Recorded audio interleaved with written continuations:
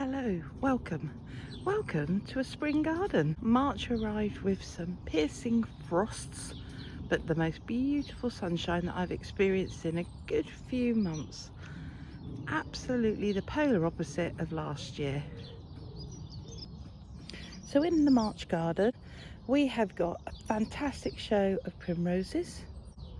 The forget-me-nots are starting to flower, and then that succession planting of the prunus trees. I'm now into this beautiful weeping prunus in full flower. I'm going to start the tour where it began for the month, and that's at the compost bins, because March is the month that I put my mulch out. The dainty blossom bouncing in the breezes. This time of year it's just joyful, isn't it? I love all my seasons, but spring is the one that brings the most hope, and with it the most joy and the most expectation. I am so proud of my long border. This border is very dry and it didn't have any decent soil in it at all, and I put a lot of work into this and filled it with vincas which are in flower. This little clump of daffodils were already here when we moved in and is slowly marching their way along the border, but the vincas have done really well in reclaiming what is a horrible border. This stunning hellebore that I've taken some shoots off of. We have an extremely generous drive here, so we've allowed the plants to spill over into the gravel, and these are naturally hybridized plants. There's some hollyhocks coming up in here, hyacinths, and the daffodils. What a great year for daffodils. I think we are having a completely different climate down here in the south of England. We've had very dry weather. Some of the roses are starting to look really green here. Getting more roses in. Getting the ivy back to under the hedge. We are now on the roundabout, and this is one of the most magical places for me. I absolutely love this roundabout. You're led with lupins and euonymus, more of the beautiful forget-me-nots, and the poached eggplants slowly coming through. Crunchy gravel, primulas.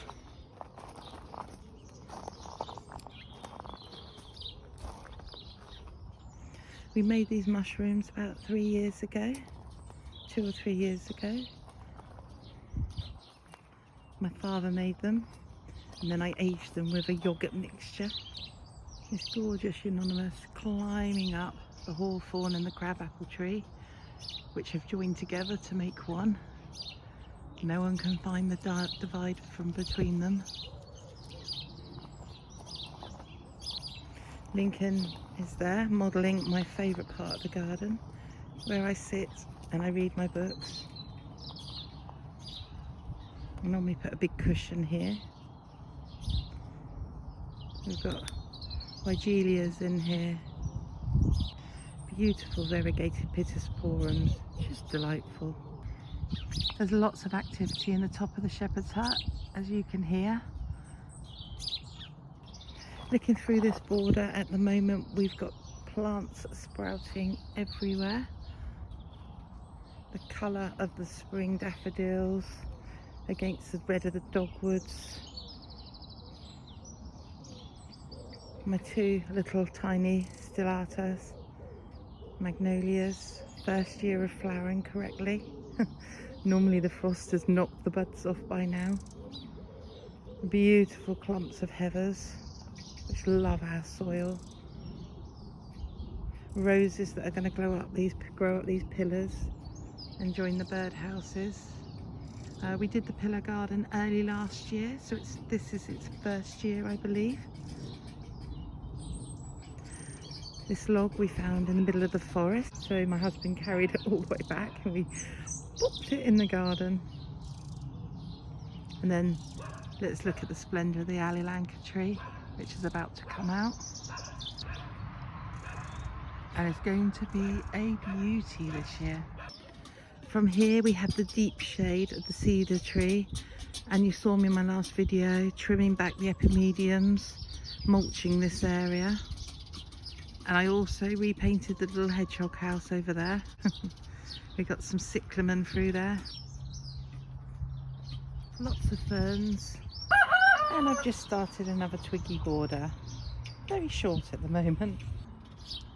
Next to the massive rhododendron, we have this round border that has been the bane of my existence for the last 5 years. And this year I'm embracing it for what it is.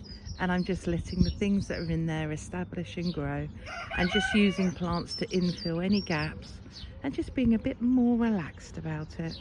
This month the shepherd's hut had a refresh and a tidy up, and it's open for business. Bog corner it's doing okay. There's lots of foxgloves in here, lots of lupins. A purple pittosporum is tucked at the back there. An olive tree in an olive tree pot. In the summer we have our leisure furniture here. We have a massive corner set that we can lounge around on and soak up the glorious sun. And we have this barbecue that we got from a thrift centre called Robin's Nest, and I think my husband paid £50 for it, and it's massive, but it serves its purpose. In the cottage in March we renovated the utility room, and I started the video there so you could see the final doors have been made by my husband, painted, and they covered up the appliances that we were covering up. This is the wall to the cottage. We've got a few little stocks in there that have self-seeded from last year. I've tete-a-tete. The oak barrow is getting nearer and nearer to being a water butt. Nearly there. Past our lug store and into the side garden, which had a complete overhaul last year and it's been mulched now. And it's been a success. I love the variegated colours of the Fatsia, the Unanimous, the Pittosporum and the Pyrrhus. And at the back we've got some snowberry bushes. The skimmias have all gone over, but they look beautiful through autumn. And then right at the front there's a massive hole where the pheasants have all been feeding off the bird feeder that was there, and I've dug up absolutely everything that was in there, and I've had to re-dig them in, and that was all my fern collection. I'm hoping they survived. We're now going to go through the gate into the back area of the garden, and through here spring has really sprung. It feels fresher.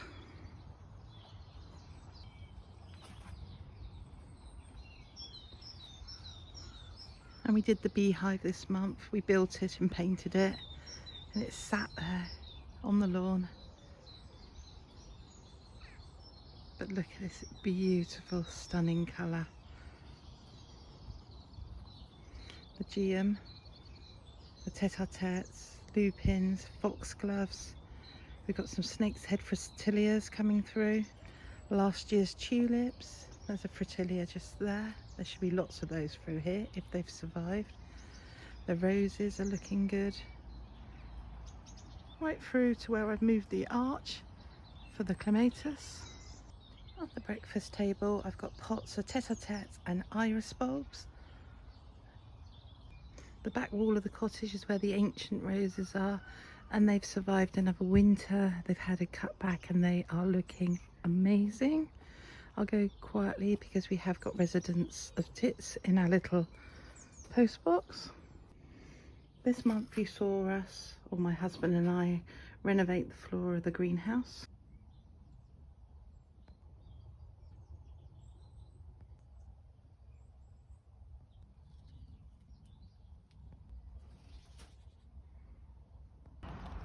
Mulch the bed behind the greenhouse, going through to under Archie's bedroom window. The bed with the silver dollar hydrangeas is looking really good. and they seem to have wintered really well. And again, we've got our daffodils through here, Rebecchias, cyclamen, geraniums. I will buy another oak barrel to go on this corner to set off the garages and the stable blocks. But through here, what I've done is increase the amount of potted plants through here, just to give a bit more interest as you walk through. And as you know, the next project for spring is going to be this office door here, and I'm going to have a potting shed.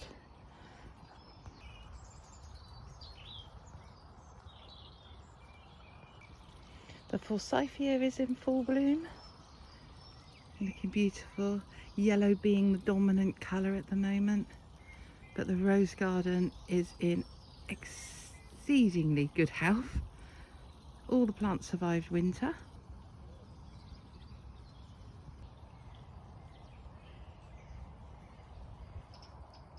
I call this plant Glides a bouquet, but I'm not sure of its exact name, but it's going to be absolutely covered, and I will share that in the April video. So that's it for the March garden tour. I hope you've enjoyed it. Please click like and subscribe, and please leave a comment.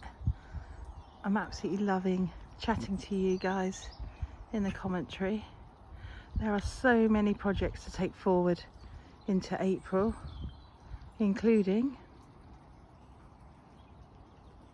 all of the wardrobes upstairs. They're having their doors stripped because there's so many layers of paint on that ancient wood, and we're going to change the hardware on them and make it more in keeping with the cottage, so hand forged handles rather than shop bought.